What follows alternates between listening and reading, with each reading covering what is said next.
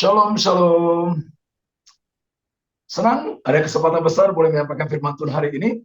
Mari saudara kita buka Roma pasalnya yang ke-12. Saya harus katakan ketika saya dikasih minta khotbah ini, saudara, saya harus katakan Tuhan, kasihanilah aku.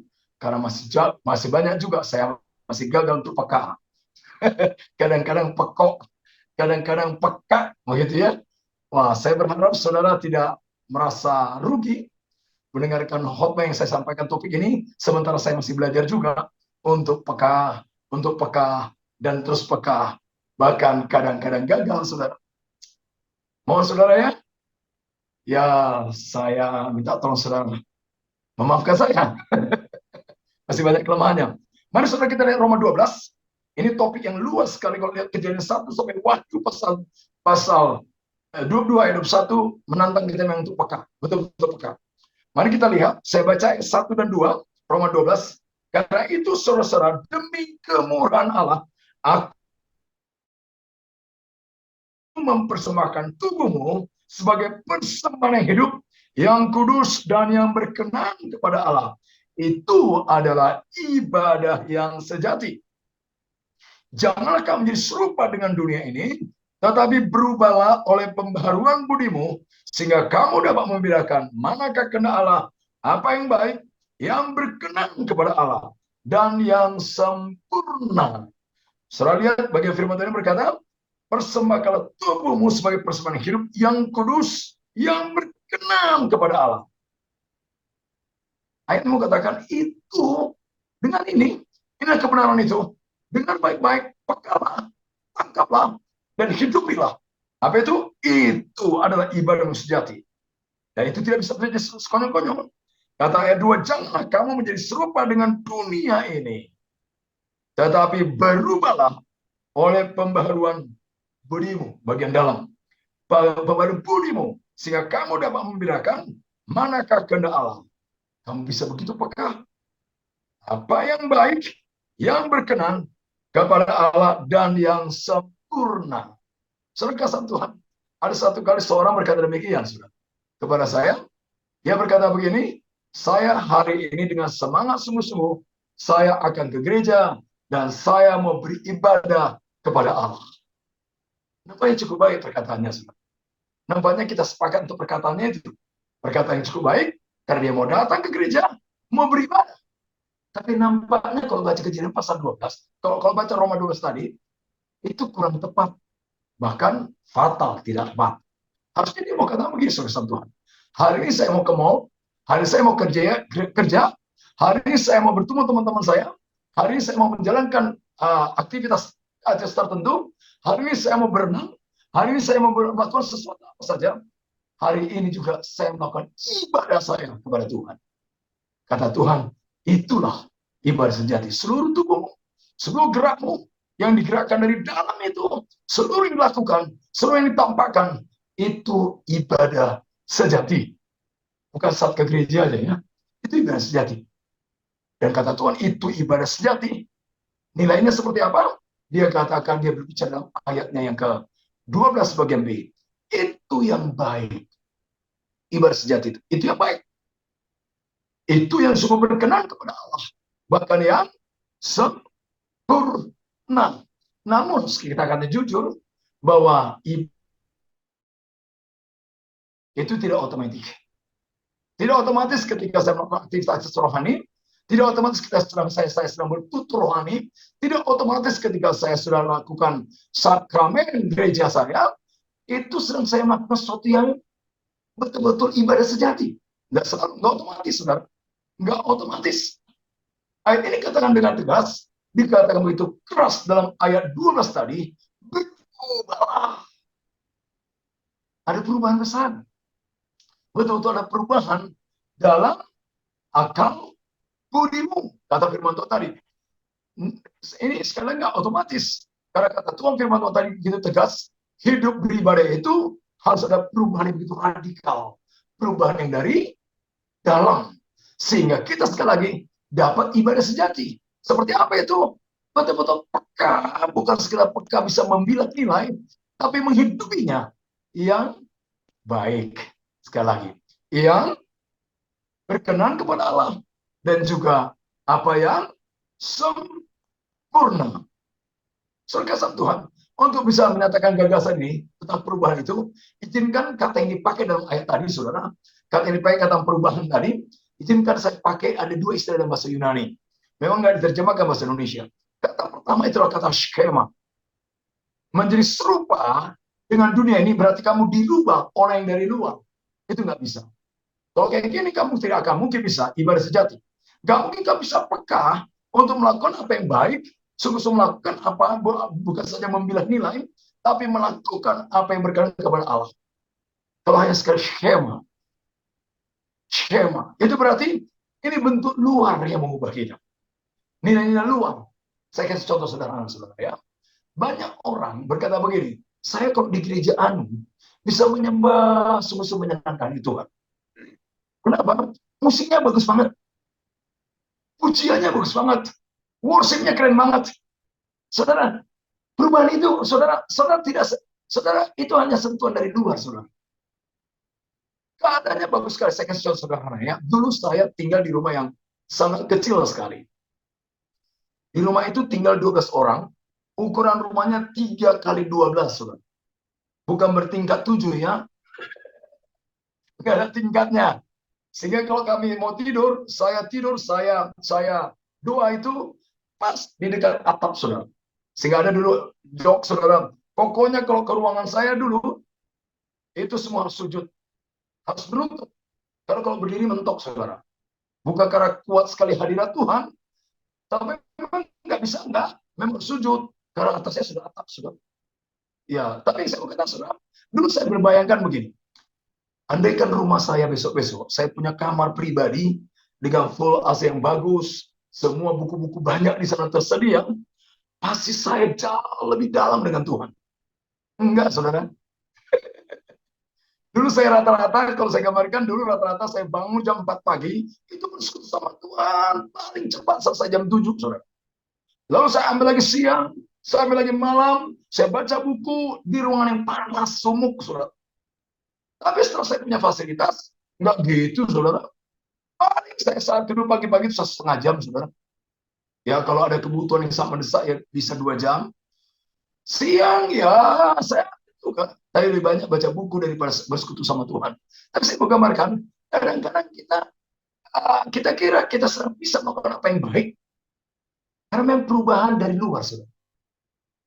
Itu bunglon. Jadi menyesuaikan. Karena suasana luar, saudara ya. Karena suasana luar.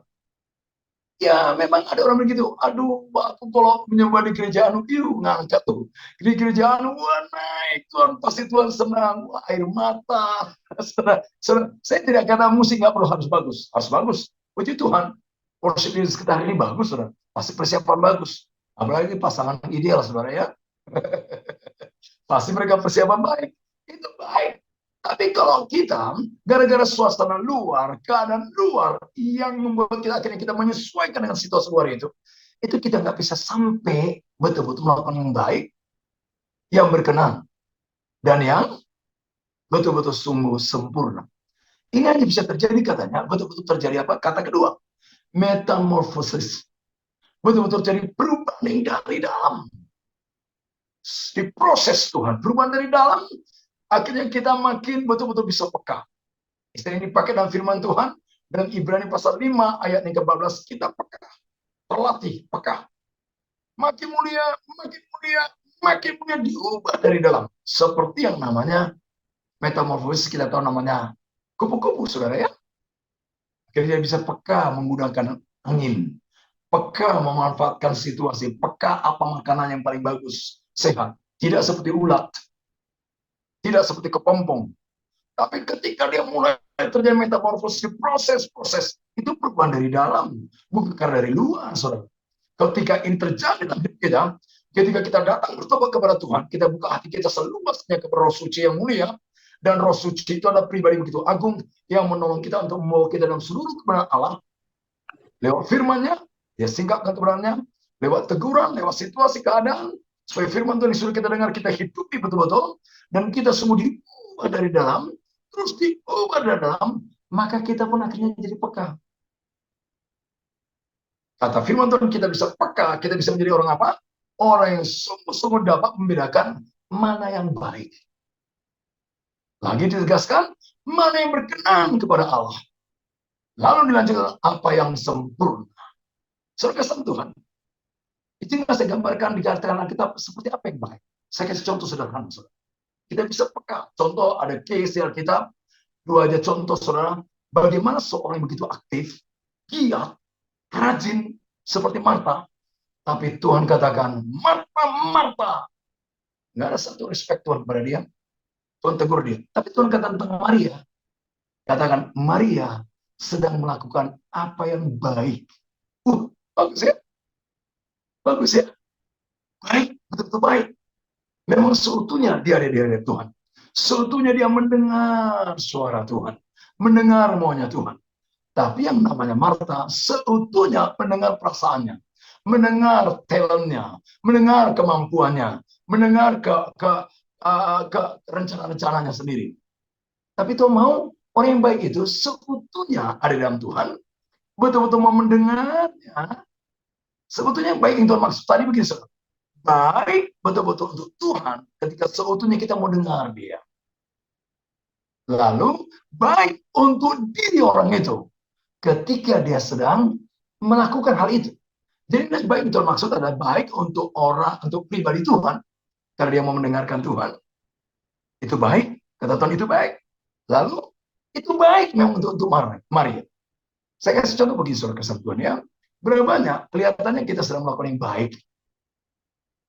Kita katakan itu baik untuk Tuhan, tapi kadang-kadang nggak baik untuk kita. Buktinya ada orang begini, komplain begini. Aku udah melayani kayak Marta. Aku udah melayani, aku capek. Waduh, kasihan ya. Dia melakukan apa yang baik, tapi Tuhan kata nggak baik. Karena nggak baik juga untuk kamu. Tuhan, tapi orang-orang sekarang lagi saudara, orang-orang betul-betul yang sungguh-sungguh diubahkan Tuhan yang metamorfosis, betul-betul terjadi metamorfosis, diubahkan budinya, dia melakukan yang baik. Itu baik untuk Tuhan, baik untuk dirinya. Nilai baik itu seperti itu, saudara. Yang kita maksudkan. Sepanjang kita melakukan itu, betul-betul baik di mata Tuhan. Dan baik yang baik itu terlakukan, itu kata Tuhan itu baik. Satu contoh lain, Tuhan katakan itu tidak baik.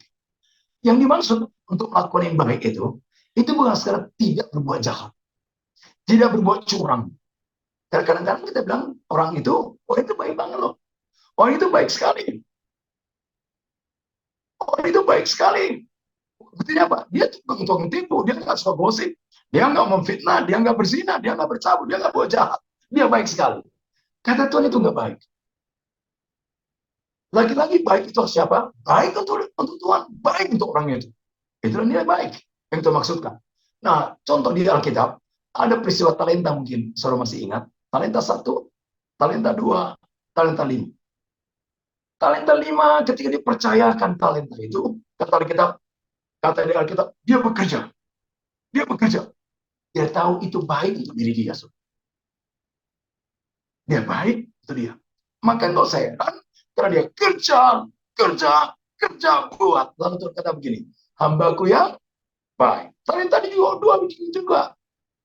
Dia tahu kata Alkitab, dia terima itu, lalu segera dia kerjakan. Dia kerjakan. Kalau dia tahu itu baik untuk dia. Ya akhirnya memang baik juga untuk Tuhan. Buktinya Tuhan katakan, hambaku yang baik, mari masuklah. Tapi beda dengan talenta 1, saudara. Saya mau tanya, talenta 1 buat jahat gak ya? Nggak jahat, saudara. Nggak nipu dia. Nggak korupsi. Nggak tipu-tipu. Nggak jahat.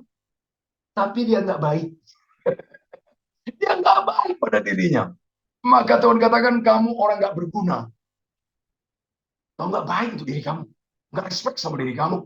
Kamu nggak menghargai diri kamu. Bahkan dia katakan, kamu hamba yang jahat.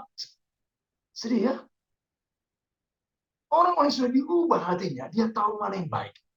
Baik untuk Tuhan, baik untuk dirinya. Itu baik. Yang kedua, bukan saja baik.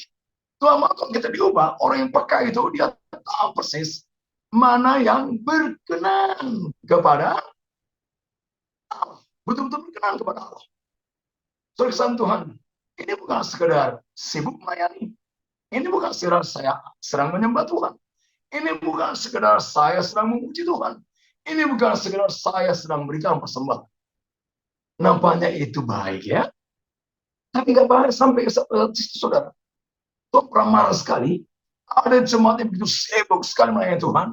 Tapi Tuhan kata betapa dalamnya kalau sudah jatuh. Sama singkat jemaat Efesus. Sibuk melayani Tuhan. Nggak main-main sama dosa. Giat. Awalnya mereka giat. Mereka buat. Nampaknya baik. Tapi nggak berkenan, saudara. Kamu dalam posisi yang menyakitkan. Betapa dalamnya kamu jatuh. Posisi rohanimu nggak beres. Posisimu nggak clear dengan saya. Saudara Tuhan masih ingat juga contoh di Alkitab. Jemaat orang Israel begitu kasih persembahan begitu luar biasa. Kasih persembahan luar biasa. Atau contoh yang paling jelas, saya masih ingat ketika Saul, dia tunggu namanya Samuel, nggak datang-datang. Padahal waktu itu mereka harus perang, dan biasanya kalau orang berperang, berikan persembahan kurban dulu sama Tuhan. Tunggu Samuel nggak datang. Persembahan harus diberikan. Dan betul-betul itu kalau saya lihat, jumlah yang diberikan persembahan oleh namanya Saul, persembahan yang begitu sangat luar biasa jumlahnya. Persembahan yang nampaknya begitu baik, bahkan bisa dikatakan terbaik, saudara. Persembahan. Tapi nggak berkenan sama Tuhan. Terus Tuhan tolak. Sedih ya? Berkenan itu betul-betul tepat seperti yang Tuhan mau. Dalam posisi yang tepat dan dilakukan dengan tepat. Contoh, Tuhan berkata begini. Mulut jemaat ini memujiku, menyembahku, tapi hatinya jauh daripadaku. Nggak tepat. Nggak pernah berkenan, bahkan kekejian bagiku, kata Tuhan. Saya kasih contoh lain, saudara. Mungkin saudara masih ingat, ketika Musa minta tuntunan Tuhan. Lalu Tuhan katakan, suruh batu itu keluar dari air. Pengalamannya Musa sebelumnya pernah juga sulit air, akhirnya batu ditoki, dipukul, keluar air. Dan waktu itu surat kasam Tuhan. Musa pun melakukannya. Ingin sekali batu itu keluar air, saudara. Akhirnya buka Tuhan dan suruh. Tapi karena campur dengan emosi, saudara. Ada barang campuran, saudara. Ada campuran tidak sungguh clear dengan apa yang Tuhan katakan. Disitulah Tuhan katakan, Tuhan tolak. Nggak berkenan sama Tuhan. Sedih ya? Saya pun kalau mau khotbah, saya harus perlu waktu, saudara. Bertanya sama Tuhan.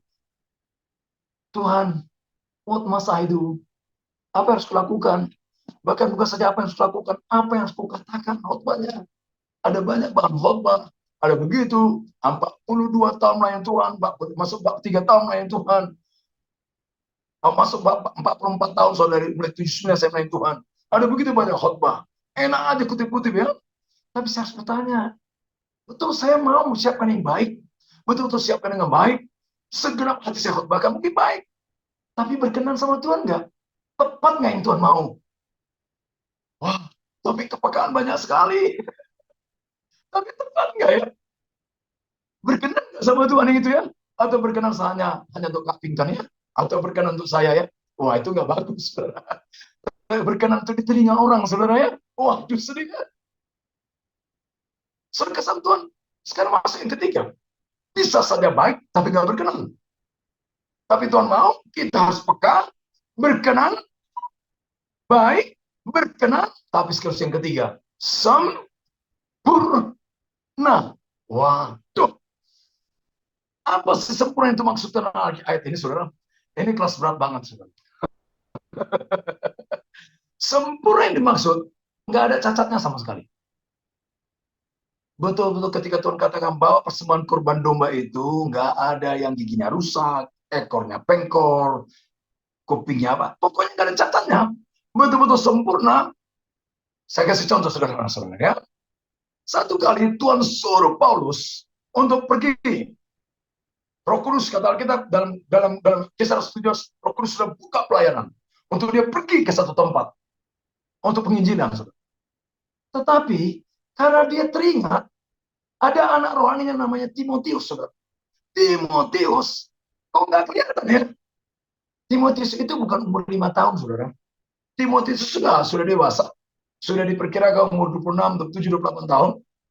Walaupun bilangan masih anak muda dibandingkan dengan Paulus tentu. Tetapi saudara, Roh Kudus sudah suruh Paulus pergi melayani. Saudara, karena iba, karena belas kasihan, dia tinggalkan pelayanan. Pada Roh Kudus sudah bukan lain. Dia tinggalkan pergi. Dia lakukan semua dengan motivasi tulus. Dia melakukan motivasi baik. Nampaknya berkenan sama Tuhan sedang dia melakukan kasih. Tetapi sama Tuhan dia melakukan hal yang cacat. Tidak taat sepenuhnya. Oke, pengalaman saya secara pribadi, saudara ya. Satu kali, saudara, saya ingat peristiwa ini. Satu kali saya dari mulai Oktober, kami ada pelayanan kami untuk anak-anak tukang beca di daerah Cijantung, saudara. Ini peristiwa sudah masih zaman Pak Harto berkuasa, saudara. Ada tukang beca, biasa hari Sabtu kami melayani, Jumat Sabtu melayani di sana.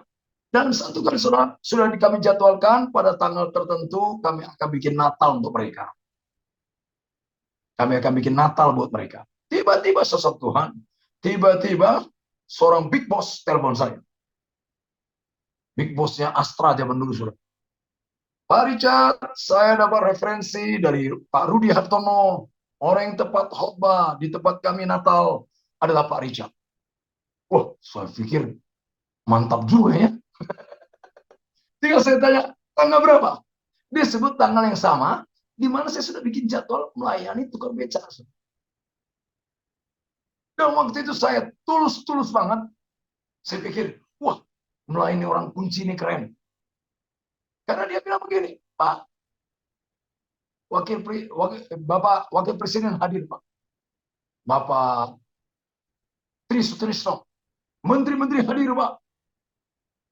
Ketua PGI datang, Pak. Ini datang, disebut-sebut, saudara. Wah, ini bagus sekali khotbah, saudara.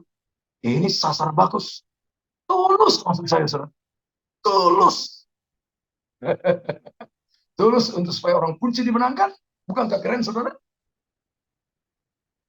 Kalau orang kunci dimenangkan di Indonesia ini, wah, untuk selamatkan orang Indonesia, menangkan orang kunci kan gitu ya. Tulus. Tapi saya cacat. Di hati saya ada paling dalam juga begini. Ini kesempatan keren, saudara. Dapat berapa ampaunya, saudara? Cacat ya? Halo, kurang jelas ya? Saya pernah tanya kepada almarhum, ada dulu dia koordinator untuk semua artis Maranatha, saudara. Saya pernah bilang begini, kalau kalian biasanya, saya sekali-sekali rutin membina mereka sebulan sekali untuk rohani mereka tetap fight gitu. Kalau kalian mau melayani saat-saat mana yang lebih sungguh-sungguh kalian persiapan? Apakah saat kalian diundang menteri, diundang di gedung-gedung megah, atau saat-saat di gereja-gereja di sekecil-kecil? Mereka bilang apa? Wah, kami mau melayani, Pak, dengan tulus dan murni. Di mana pun berada, Pak. Tapi saya tanya, di mana kalian lebih sungguh-sungguh persiapannya? Langsung mereka jawab jujur apa? Ya tentu, Pak, tentu di gedung-gedung megah, di tempat-tempat pengusaha-pengusaha lebih serius. Coba lihat, cacat ya. Mungkin nggak dilihat orang, saudara. Baik itu nggak kelihatan, berkenan bisa saya. Baiknya kayaknya baik, kayaknya berkenan, tapi ada cacatnya, saudara. Ini menyangkut seutuhnya, saudara. Ini bicara tentang sempurna sesama Tuhan. Tapi dengarkan sekali lagi, memang ini hanya bisa terjadi kalau kita bisa peka. Kalau kita mau diproses terus, dilatih terus. Makanya kata Ibrani pasalnya yang kelima, ayatnya yang ke-14, bahwa dikatakan panca indera yang terlatih. Sehingga kamu peka. Mana yang baik, mana yang buruk. Mana yang baik, bahkan sampai level apa? Yang terbaik dari yang baik. Mana yang betul-betul berkenan sama Allah. Pakai istilah firman Tuhan Roma tadi. Mana yang perlu. Nggak apa-apa, saudara. Yang penting jaga hati, motivasi yang paling tulus, murni, kerjakan aja dulu. Besok memang mungkin bisa saja bentur-bentur, salah-salah, tapi tetap jaga motivasi. Motivasi. Jagalah hati, saudara Tuhan.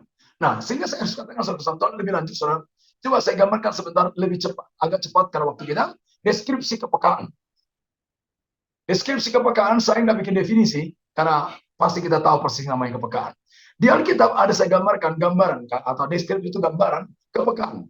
Kepekaan adalah roh kita bergejolak saat melihat sesuatu yang terjadi yang di luar Tuhan atau yang di dalam Tuhan ada gejolak.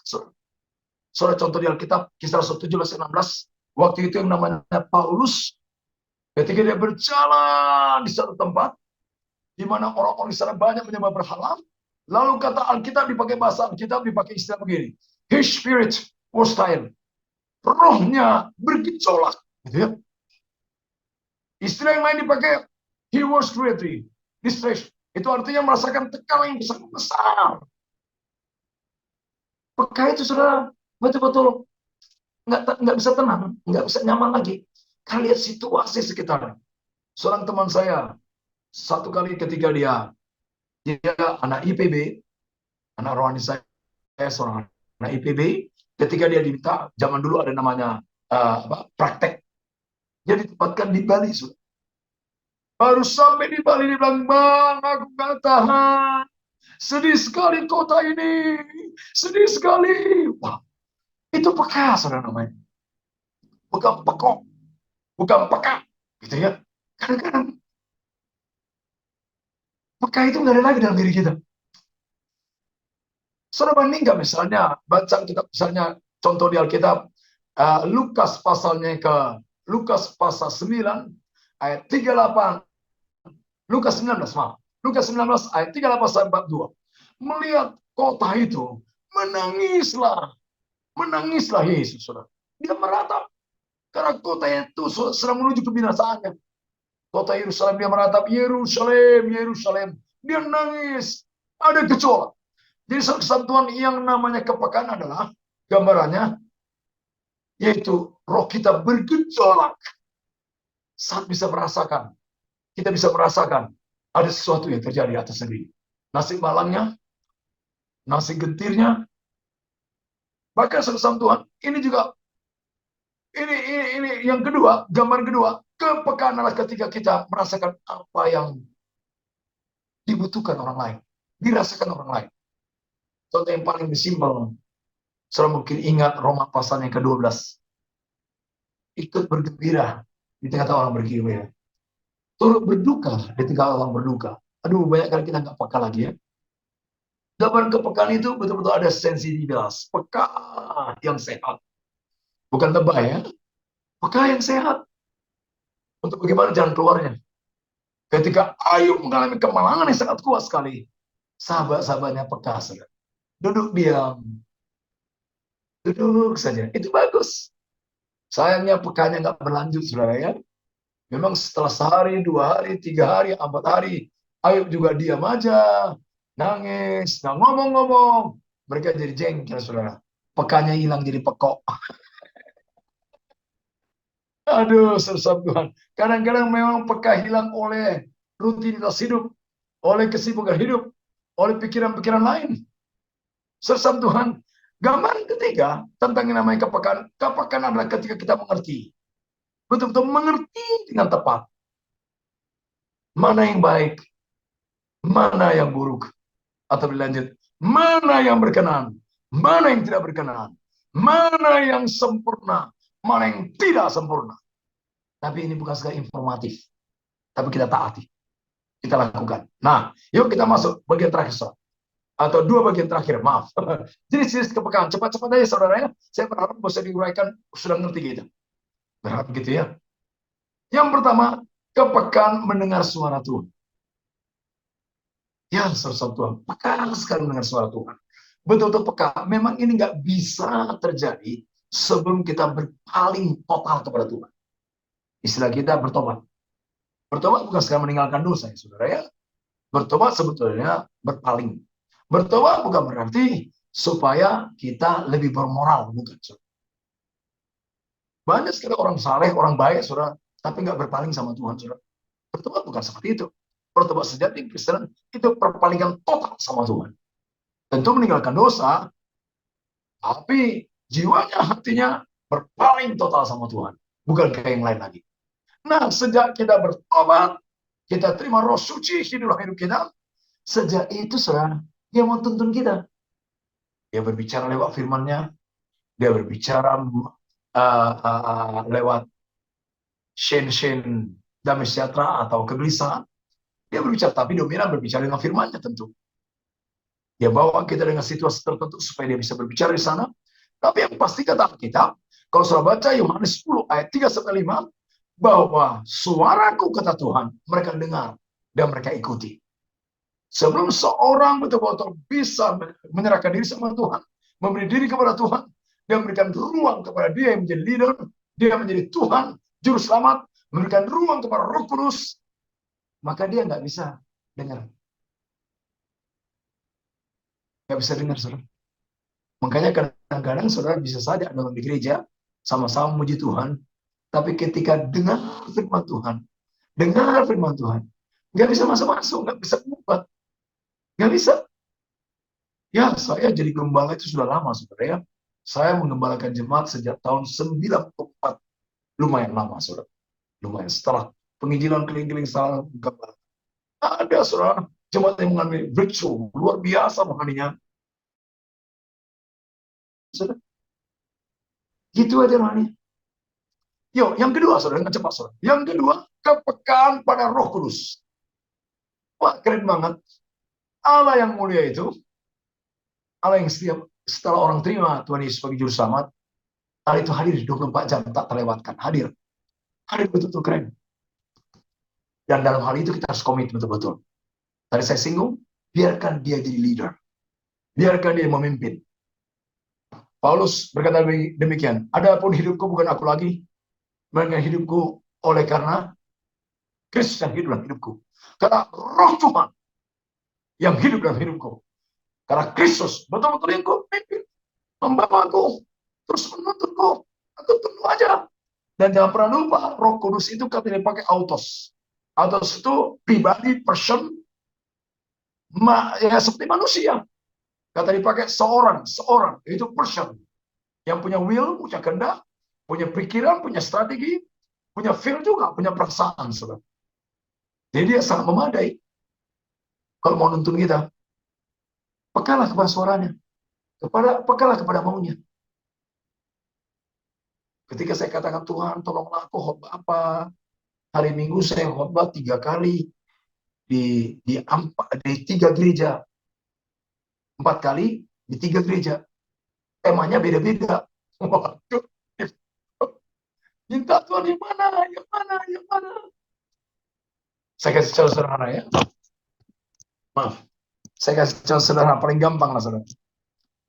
Hari itu saya lelah sekali. Tapi sebenarnya pagi saya satu 2 topik yang Tuhan bicara kuat sekali sama saya. Tentang kesabaran dan tentang kasih. Sayang, saya sibuk sekali fokus khotbah.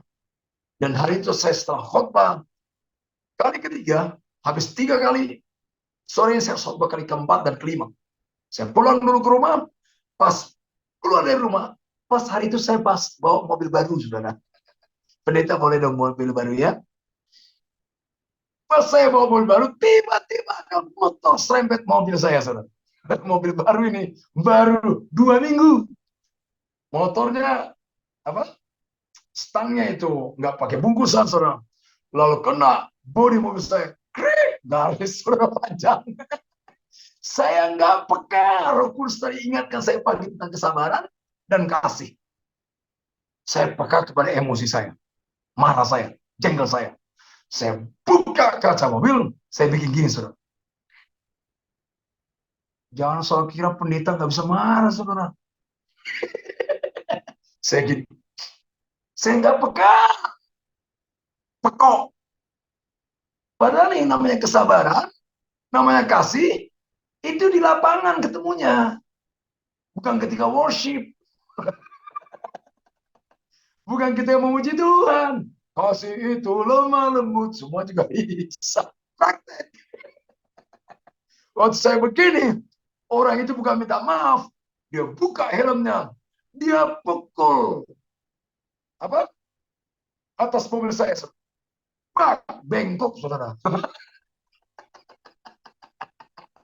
Lagi-lagi saya nggak peka sama Roh Kudus. Saya kendalikan diri saya. Saya lihat besi ada di bawah samping kiri, saudara. Besi itu apa? Kunci stang mobil, saudara. Setir mobil, saudara. Saudara lihat nggak? Tolong jangan ditiru ya. Halo, ini contoh buruk, saudara. Ini bukan baru-baru yang terjadi, sudah berapa waktu lalu. Saya pasti tiba-tiba ada suara keras, saudara. Bodoh! Saya kaget sekali, saudara. Dia mau ngajak saya untuk sabar, untuk kasih. Suara keras. Bodoh! Saya shock sekali, pucat saya. Saya langsung tutup kaca mobil. Orang yang serempet mobil saya, dia teriak begini. Dasar orang Ambon penakut. Waduh, kesian istri saya ini sebelah, saudara. Orang Ambon. Saya bilang sama dia, maafkan saya bodoh sekali. Saudara. Saya katakan tadi, sebetulnya kalau kita melakukan apa yang baik, itu baik. Bukan saja Tuhan, baik itu saya.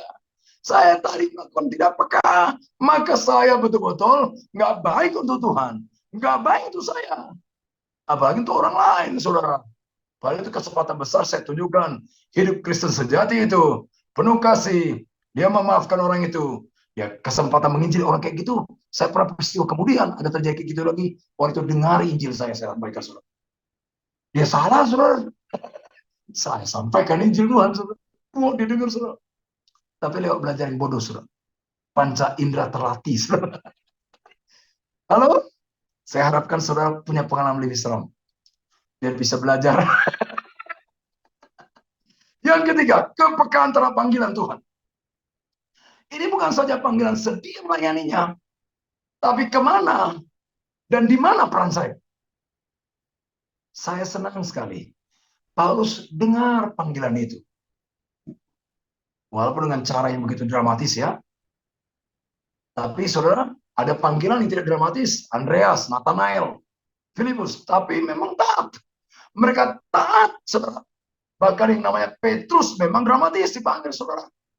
Tetapi bisa saja, biasa-biasa saja. Tapi dengan panggilan itu, bukan saja didengar, mau melayani Tuhan, tapi tahu persis kemana dia pergi dan di mana dia pergi. Paulus tahu persis, aku pergi untuk orang-orang yang non-Yahudi. Petrus kadang-kadang terabas saja. Yahudi ya, non-Yahudi ada. Kadang-kadang kompromi, saudara akhirnya. Dekat orang Yahudi, dia jadi Yahudi banget. Dekat orang Yahudi, dia non-Yahudi, saudara. Kompromi, saudara. Nggak bisa, saudara. Harus tahu persis. Apakah saudara dipanggil betul-betul melayani Tuhan? Yes, oke. Apa? Di mana tempat saudara? Seorang full time kah? Tidak full time? Tapi kalau full time atau tidak full time, seperti apa bentuk pelayanan saudara? Tahu persis peka, saudara. Sehingga itu baik. Itu berkenan. Sehingga itu sempurna. Saya berkali-kali di banyak kampus minta saya, bukan saja jadi dosen, langsung jadi dekan, saudara. Tapi bukan itu panggilan saya, saudara. Ngajar sistem block teaching, ngajarannya seminggu kuliah padat saya masih bisa, saudara. Tapi bukan itu panggilan saya untuk terus reguler mengajar atau apalagi jadi dekan, apalagi jadi enggak, bukan itu. Sampai ada yang bilang lagi, untuk apa Bapak sekolah teologi banyak-banyak?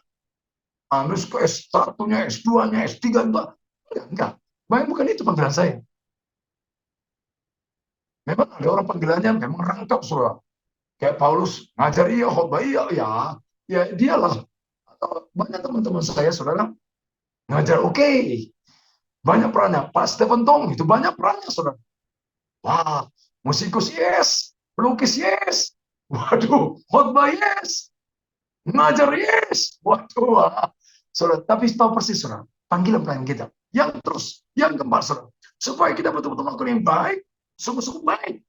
Baik itu Tuhan, baik itu diri kita. Berkenan kepada Allah. Dan sungguh-sungguh sempurna. Kepekaan sosial. Kita harus betul-betul jenis keempat, ada kepekaan sosial. Kadang-kadang kita nggak ada kepekaan sosial lagi. Kita nggak peka akan kebutuhan lingkungan kita, sekitar kita. Kita nggak peka betapa begitu banyak orang sedang menuju binasa. Kita nggak peka kepada orang-orang lapar sekitar kita. Orang-orang yang begitu menderita. Kita asik sekali dengan dunia kita. Kita nggak peka lagi. Saudara Tuhan, mungkin kita semua ingat Tuhan pernah berkata begini, waktu aku lapar, waktu aku di penjara, waktu dianiaya. Kapan itu? Gak peka, saudara. Itu di sekelilingmu itu. Ada orang di sekitarmu itu. Sedih ya? Nah, sesuatu boleh saya kutip, ada kalimat yang menarik sekali dari seorang namanya John Stott. Bagus kalau saudara baca buku, di sini ada bukunya, ada berapa seri, bukunya tentang isu-isu global, saudara ya. Ada, dia berkata begini, saudara, satu tulisan yang, dia berkata begini, terlalu minim, halaman 11 dalam buku isu-isu global, bagian pertama, terlalu minim kepedulian umat Tuhan kepada orang-orang papa, orang-orang yang begitu sangat membutuhkan Kristus, orang-orang yang begitu limbung di sekitarnya. Dia tulis puisi begini, saudara, kalimat begini, saat kelaparan, Anda membentuk kelompok diskusi untuk membicarakan kelaparan saya. Saya terpenjara, Anda menyelinap ke kapel Anda dan berdoa bagi kebebasan saya. Saat saya telanjang, Anda mempertanyakan dalam hati kelayakan penampilan saya. Saat saya sakit, Anda berlutut menaikkan syukur kepada Allah atas kesehatan saya. Saat saya tidak mempunyai tempat berteduh, Anda berkhotbah kepada saya tentang kasih Allah sebagai tempat berteduh spiritual. Saat saya kesepian, Anda meninggalkan saya sendirian untuk berdoa bagi saya. Anda kelihatan begitu suci, begitu dekat kepada Allah. Tapi saya tetap tidak tersentuh. Tetap tidak terjamah. Tetap kesepian. Itu kan tragedi ya. Oke, yang kelima, keenam dan seterusnya dengan cepat. Kelima, kepekaan untuk tidak menyakiti hati Tuhan. Tuhan nggak panggil kita sekedar peka, itu berarti tidak melakukan yang buruk, tapi yang baik. Peka itu berarti tidak melakukan yang nyakiti hati Tuhan, tapi yang berkenan. Kepekaan harusnya kita masuk juga lebih jauh untuk tidak menyakiti hati Tuhan. Dan saudara lihat Matius 21 ayat 12 ayat 13. Apa sih di sana terjadinya? Ada kepura-puraan, ada ketidaksungguhan, ada ketidaktotalitasan, ada nilai sekedar. Yang penting saya melayani daripada enggak. Yang penting saya buat sesuatu itu Tuhan daripada enggak. Yang penting saya memberi daripada enggak usah. Nah itu menyakiti Tuhan, saudara. Allah kadarnya, sekedarnya. Kita harus memberikan nilai kompeten. Ya. Terus yang keenam, peka terhadap teguran Tuhan. Waduh. Bangsa Israel berkali-kali ditegur dengan cara macam-macam, saudara. Aduh, gak peka lagi. Sakit. Yang namanya Yunus, pernah satu kali ada ombak menerpa perahu di mana dia ada. Dia tidur nyenyak, saudara. Nggak peka. Tapi luar biasa, akhirnya dia peka. Dibangunkan, akhirnya dia bangun, saudara. Waduh.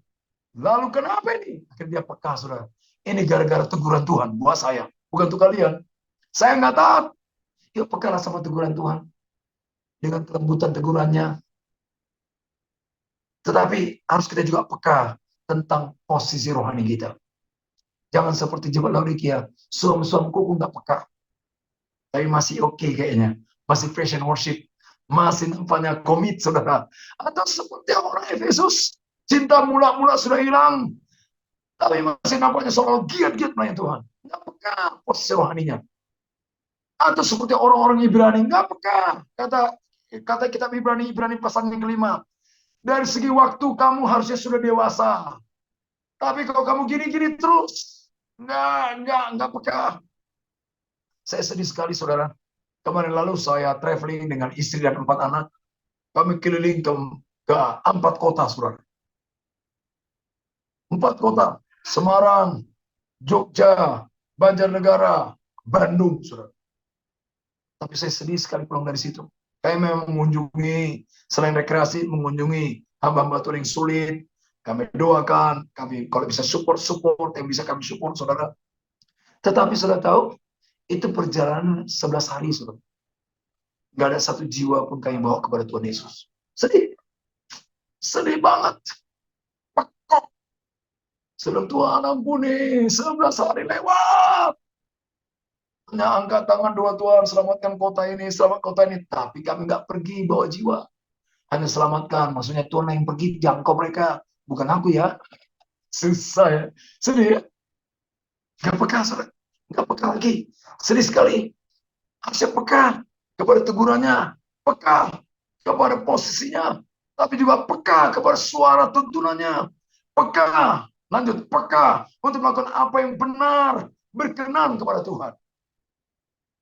Musa sekali lagi saya katakan, nggak berkenan. Petrus kayaknya baik, kayaknya berkenan, tapi nggak sempurna. Dia bela Tuhan Yesus.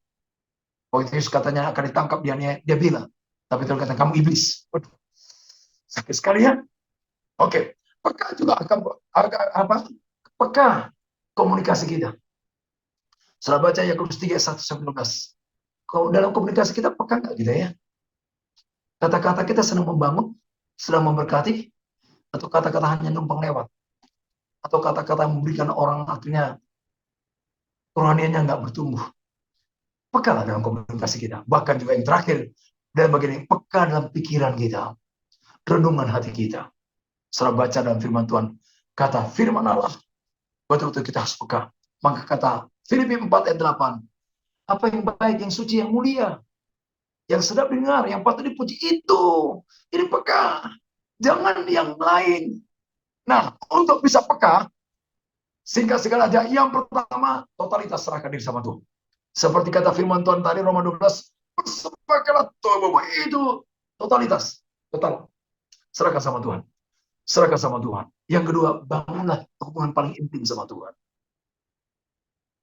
Dengar firman-Nya, naikkan doa-doa yang paling bergairah, penyembahan yang paling antusias, naikkanlah. Itu melatih kita peka. Hubungan tetap intim sama Tuhan, peka. Yang ketiga, menyediakan diri untuk berkorban kepada orang lain. Hati kita memang siap. Kalau nggak bisa, kalau nggak ada hati mau berkorban kepada Tuhan, nggak bisa peka dengan suara Tuhan. Karena nggak minat, ada orang berkata bisa sama saya, Tuhan nggak pernah suruh saya pergi. Memang Tuhan kata pergi beritakan aja, tapi belum digerakkannya. Kamu nggak mau berkorban sih, ya nggak bisa. Nggak mau, nggak bisa. Yang keempat, saudara, yang terakhir, yuk latihan aja. Latih itu taat. Dengar, lakukan. Dengar, lakukan. Mungkin kadang-kadang masih salah, tapi jaga motivasi. Lakukan aja, lakukan. Lama-lama suruh peka. Ini baik, berkenal sama Tuhan, lama-lama peka. Lama-lama peka. Baik saudara, karena waktu kita, kiranya firman Tuhan ini menjadi berkat bagi kita semua.